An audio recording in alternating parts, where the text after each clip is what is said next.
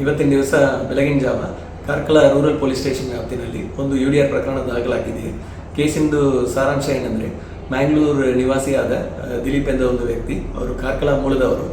ಅವರು ಒಂದು ಉದ್ಯಮಿ ಹಲವು ಬಿಸ್ನೆಸ್ಗಳನ್ನು ಮಾಡಿ ಅದರಲ್ಲಿ ನಷ್ಟ ಬಂದಿದೆ. ಮತ್ತು ಅವರು ಅನಾರೋಗ್ಯದಿಂದ ಕಿಡ್ನಿ ಕಾಯಿಲೆಯಿಂದ ಅವರು ಇತ್ತು ಅವರ ಕಾಯಿಲೆಗೆ. ಈ ಹಿನ್ನೆಲೆಯಲ್ಲಿ ಅವರು ನಿನ್ನೆ ರಾತ್ರಿ ಸಂದರ್ಭದಲ್ಲಿ ಅವರು ಫ್ಯಾಮಿಲಿಗೆ ವಾಟ್ಸಪ್ನಲ್ಲಿ ಒಂದು ಮೆಸೇಜನ್ನು ಹಾಕ್ತಾರೆ, ಅವರಾಗಿ ಸೂಸೈಡ್ ಮಾಡೋಕ್ಕೆ ಹೋಗ್ತೀನಿ ಎಂದು. ತದನಂತರ ಫ್ಯಾಮಿಲಿ ಅವರು ಪೊಲೀಸಿಗೆ ಇಂಟಿಮೇಟ್ ಮಾಡ್ತಾರೆ. ಅವರನ್ನು ವೆರಿಫೈ ಮಾಡಿ ಹುಡುಕಿ ಹೋದಾಗ ಬೆಳಗಿನ ಜಾವ ಸುಮಾರು ಒಂದು 3-3:30 ಸಂದರ್ಭದಲ್ಲಿ ಅವರು ರೋಡ್ ಬದಿನಲ್ಲಿ ಅವರು ಫ್ರೆಂಡ್ ಕಾರಿನಲ್ಲಿ ಬಂದು ಅಲ್ಲಿ ಅವ್ರದ್ದು ಮೃತದೇಹ ಇದ್ದದ್ದು ಕಂಡು ಬಂದಿದೆ. ಗಾಡಿಯನ್ನು ಓಪನ್ ಮಾಡಿ ನೋಡಿದಾಗ ಅಲ್ಲಿ ಒಂದು ವಿಷದ ಬಾಟಲನ್ನು ಇತ್ತು.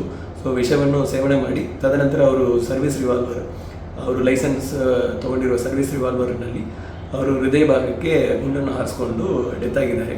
ಇದರ ಸಲುವಾಗಿ ಅವ್ರದ್ದು ಬ್ರದರ್ ಬಂದು ಒಂದು ದೂರನ್ನು ಕೊಟ್ಟಿದ್ದಾರೆ. ಅವ್ರು ಕೊಟ್ಟಿರೋ ದೂರ ಮೇಲೆ UDR ಪ್ರಕರಣ ದಾಖಲಾಗಿದೆ. UDR ಮುಂದೆ ಪೋಸ್ಟ್ ಮಾರ್ಟಮ್ ವರದಿ ಬಂದ ಮೇಲೆ ಕಾನೂನು ರೀತಿಯಲ್ಲಿ ಕ್ರಮ ತಗೊಳ್ಳಲಾಗುವುದು.